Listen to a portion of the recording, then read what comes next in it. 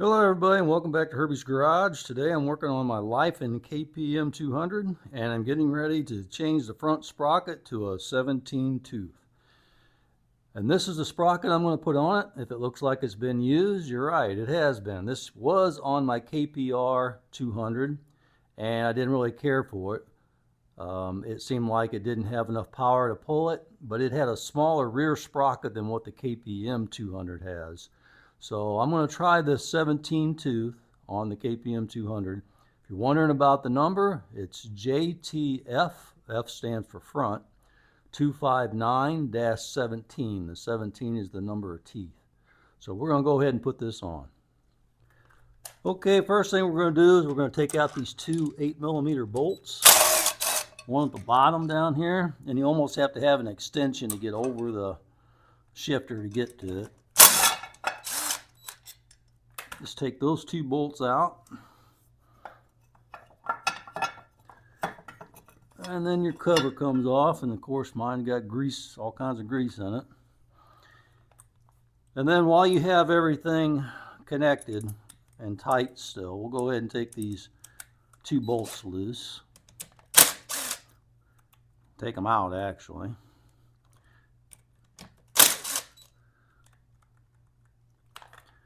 And we'll take our lock ring off. You got to turn it a little bit until it lines up and then slide it off. Okay, then we're going to take a 13mm wrench and we're going to go ahead and loosen these lock nuts.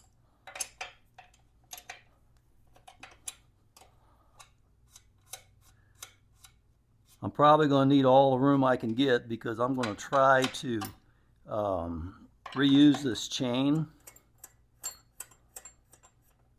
And we're going to find out if the stock chain will work with a 17 tooth.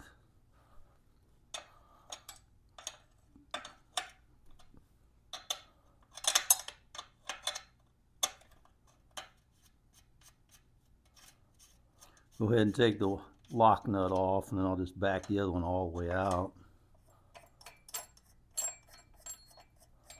to the end like that.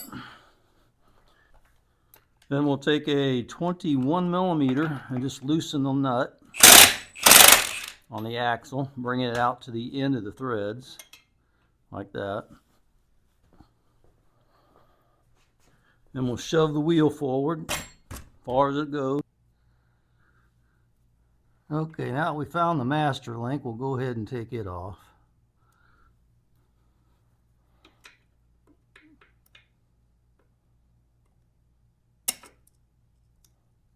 You just pull it off with a pair of pliers, no big deal.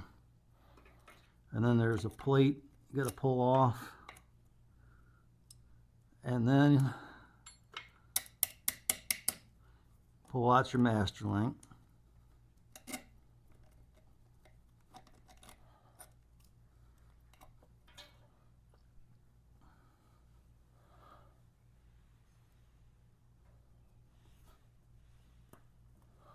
Okay, now that we have our chain loose, we'll just go ahead and slide our sprocket off. I should have a pair of gloves on for this. Okay, once I got the sprocket in the chain, I'll just line this up, wiggle it on. A little bit of a snug fit, but it goes on.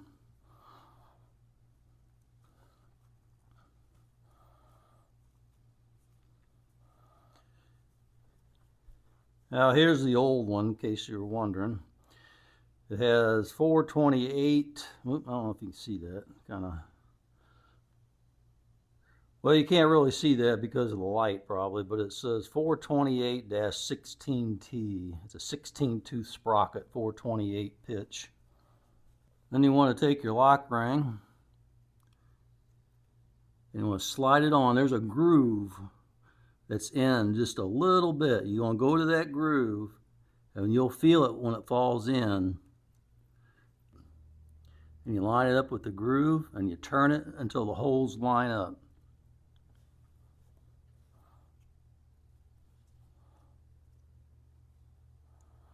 Then you'll take a little bit of blue thread locker and put on the bolt.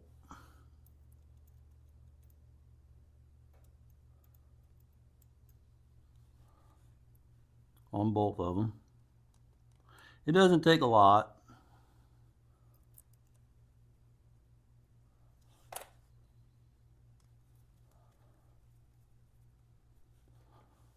Okay, then we're going to snug this down just a little bit. We'll finish tightening this once we get the chain on. Okay.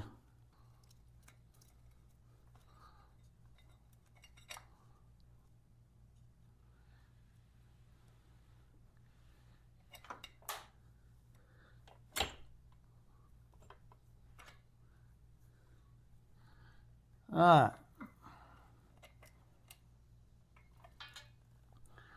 Okay, now that we got the chain on the top part of the sprocket, we'll pull it taut and then line that up until everything lines up on the sprocket. Then we'll put our master link back in it, like that. Put our plate back on it, like that. And then you want the closed end of the clip going that direction. So if you're putting it the way I have it right here, you want the closed end facing up.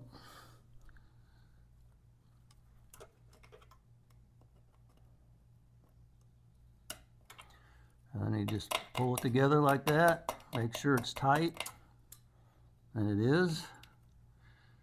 Okay. See, we still have a little bit of slack in the chain, so we should be good. Okay, now we'll go ahead and slide this back just a little bit. Tighten these by hand on both sides. Make sure these plates are square with the tube on your swing arm.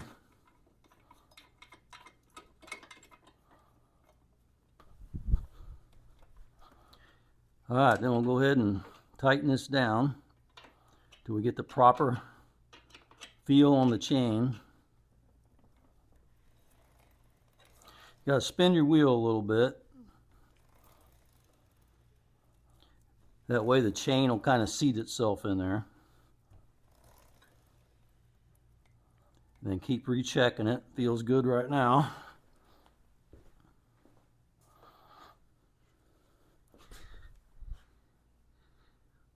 Looks like my wheel's that way just a little bit, so I'm going to loosen the other side up. And pull it away from the frame a little bit. Then I'm going to tighten this up just a little.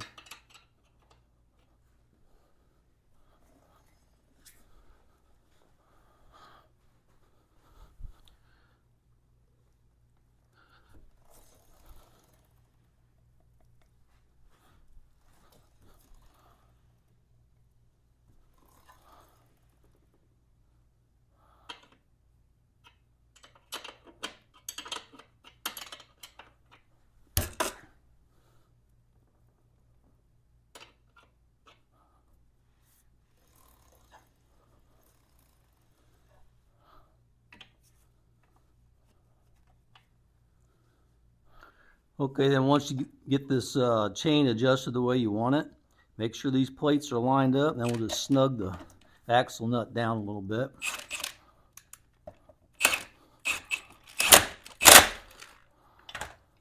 Then we'll get our trusty old torque wrench.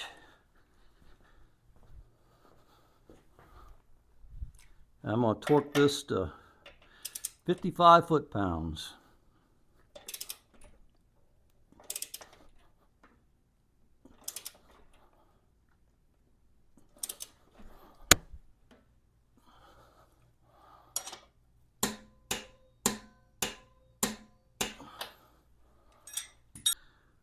Okay, once you get that torque down, then you just line your wrench up in a position where you can tell where 90 degrees is. And then you just want to pull it down about 90 degrees, which is about a quarter of a turn. That'll preload that so it won't move on you. Then you can go ahead and put your jam nut on it.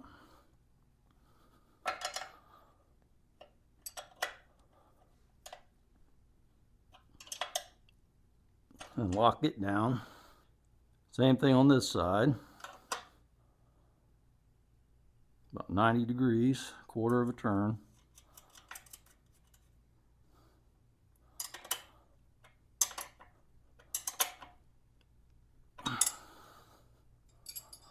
Okay, now we have to tighten these two 10mm bolts. So what we want to do is we want to find something that we can put all the way across through the spoke in our wheel and it'll rest against the swing arm. And then we'll take our 10mm and we'll torque it down.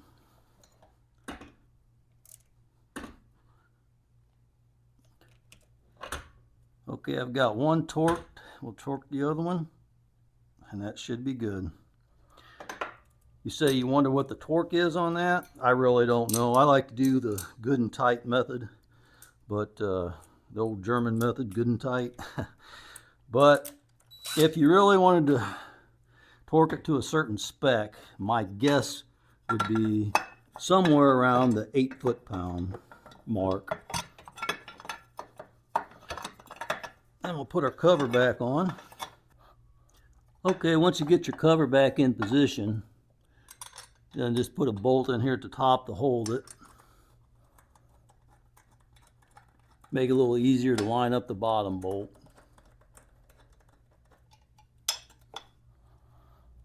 And then we'll start our bottom bolt.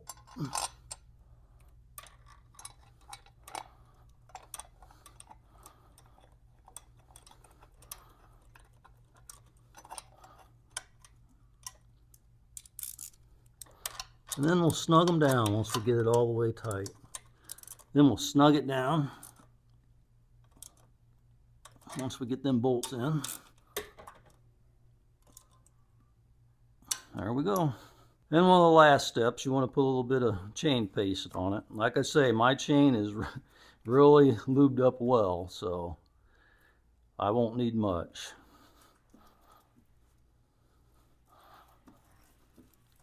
I'm just going to put a couple of spots of chain paste on it about 180 degrees apart and work it in.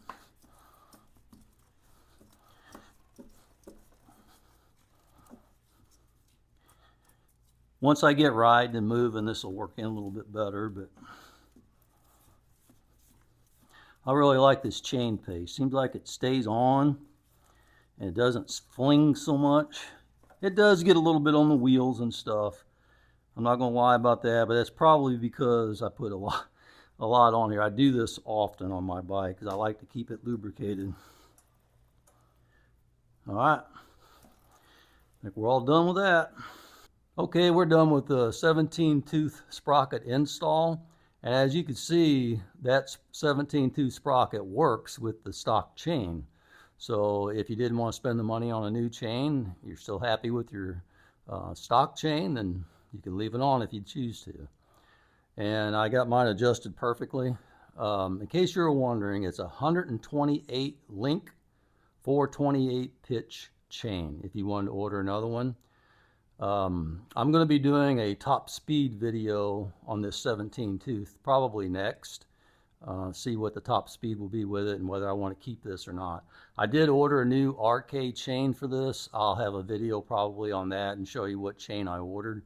I ordered 130 link on that because of the 17-tooth sprocket, and give me just a little bit extra slack in the chain, so it'd be easy to put on. I'll have a little bit more room to adjust, all that kind of stuff. Anyway, that'll do it for today. I appreciate you guys coming along, and I'll see you on the next one.